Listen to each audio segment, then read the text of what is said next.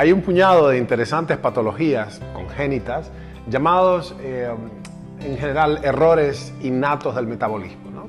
Inborn errors of metabolism. Nosotros llamamos horrores del metabolismo porque realmente causan un gran estrago. Lo interesante de estas patologías, que si bien son raras cada una de ellas, y el número es muy bajo de incidencia, tomadas en su conjunto, estas decenas de patologías producidas por errores innatos, le hace genéticos del metabolismo, en su conjunto constituyen, decía, el 20% de las internaciones infantiles, o sea que es un estrago importante que causan de modo general. Lo que a nuestro grupo le ha parecido importante y lo que hemos obtenido como modelo y hemos aprendido mucho de estas patologías es que algunas de ellas representan justamente una ruta, casi se diría un modelo perfecto, una maqueta in vivo de un modelo que normalmente en el laboratorio llamamos knockout. Hay unas ciertas especies en las cuales podemos inducir artificialmente la ausencia de expresión de un gen y esa se conoce como un knockout mice. Esta es una falla genética inducida para propósitos experimentales. Bueno, hay varias patologías, brevemente quería referirme, que nos han sido sumamente útiles porque hay, como les decía, constituye una maqueta del vínculo causal entre los trastornos del metabolismo energético y el cáncer.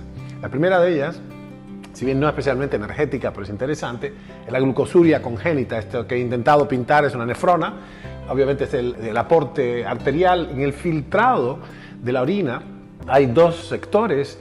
Usualmente, si funcionan los recaptadores de glucosa que tiene el riñoncito de la orina, la sangre es filtrada y vuelve al torrente sanguíneo con la glucosa adentro intacta. Lo que parece suficiente es que los transportadores que se llaman SGLT2,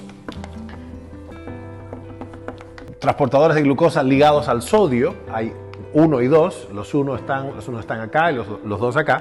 Lo que pareciera ser normal es que a cierta glucemia circulante, la orina no tiene al final nada de azúcar presente. Es decir, estos transportadores eficientemente rescatan, conservan la glucosa circulante a pesar del filtrado de los riñones.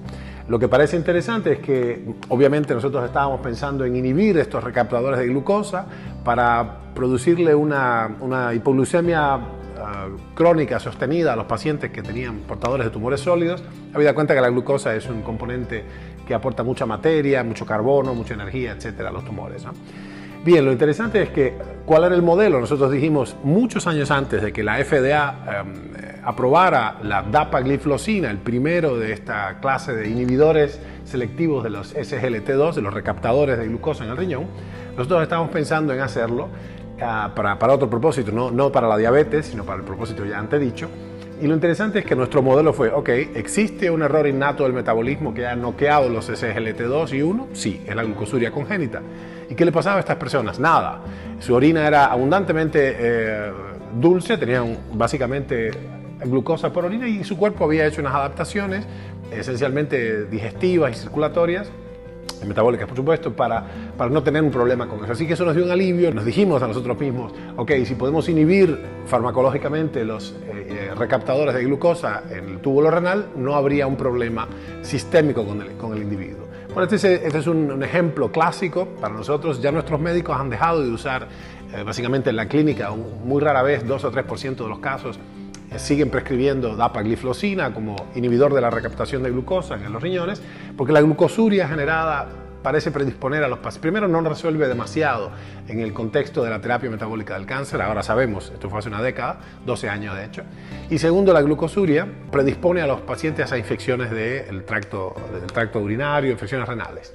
Fantástico, este es uno de los modelos. El otro modelo al que queríamos referirnos es la glucogenosis tipo 1 específicamente. Hay un conjunto de patologías, de defectos, de degradación del glucógeno.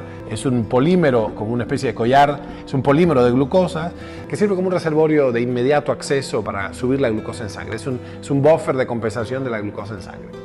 El superávit de calorías que el organismo puede tomar se almacena finalmente, si no es gastado, en forma de grasa, que es lo más eficiente. Bueno, tiene agua dentro de la grasa, siendo que la molécula de carbohidratos, la fórmula general sería un carbono, agua y un n número de ambos. Lo que decía es entonces, antes de convertirse, de almacenarse el superávit calórico como grasa, hay una reserva que es el glucógeno. Fantástico. En esta patología congénita, en este error innato del metabolismo, la glucogenosis tipo 1, hay un defecto del almacenamiento del glucógeno, que entonces se hace excesivo en el hígado, los riñones, etc. Y esto da una serie de síntomas. Lo interesante es que aquí la enzima está noqueada, la enzima que degradaría el glucógeno rápidamente. Otra patología interesante, como modelo para estudiar sistematizar el abordaje inhibitorio metabólico del cáncer, de los tumores sólidos, es la aciduria hidroxiglutárica. Esto es un poquito complejo.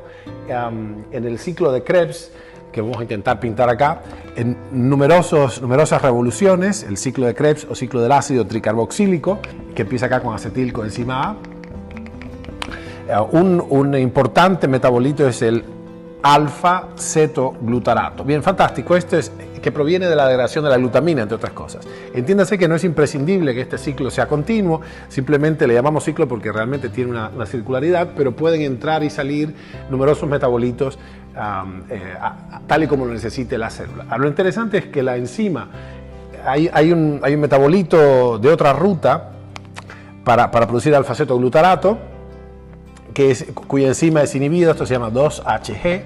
Este metabolito, 2-HG, se ha encontrado que está realmente incrementado en las personas que padecen ciertas clases de cáncer. Además, incluso en la glucogenosis también se ha visto que las personas que padecen esto tienen una elevada cantidad de una enzima fermentativa muy importante, la láctico deshidrogenasa, en particular la isoenzima A, como ya hemos visto, y en otras comunicaciones. Lo que es interesante entonces es que la enzima que cataliza la conversión, el paso de 2-HG a alfa-cetoglutarato, está ausente. Es decir, el error innato del metabolismo está a nivel de la enzima, esta enzima que cataliza el proceso. Estos son 3 de apenas varias docenas de errores innatos del metabolismo que nos dan una inmediata visión de cómo puede ser, como maqueta o como prototipo in vivo, in homo en particular, de estas restricciones, y esto nos da, por supuesto, se vuelven targets. Se sabe que las personas que padecen de esta enfermedad, esta tercera que he descrito, tienen una propensión tremenda a contraer cáncer. Así que ahí empiezan a aparecer estas correlaciones. Incluso más allá de esto empiezan a aparecer vínculos causales que nos permiten entender esta ruta, este mapa hacia el tratamiento metabólico del cáncer.